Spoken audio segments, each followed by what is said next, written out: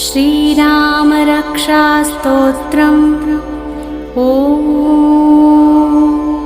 अस्य श्रीराम रक्षास्तोत्रमन्त्रस्य बुधकौशिक ऋषिः श्री सीतारामचन्द्रो देवता अनुष्टुप् छन्दः सीताशक्तिः श्रीमान् हनुमान् कीलकं श्रीरामचन्द्रप्रीत्यर्थे रामरक्षास्तोत्रजपे विनियोगः।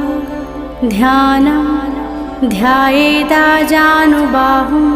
धृतशरधनुषं बद्धपद्मासनस्थं पीतं वासो वसानं नवकमलदलस्पर्धिनेत्रं प्रसन्नं वामाङ्करूढसीता मुखकमलमिलल्लोचनं नीरदाभम्।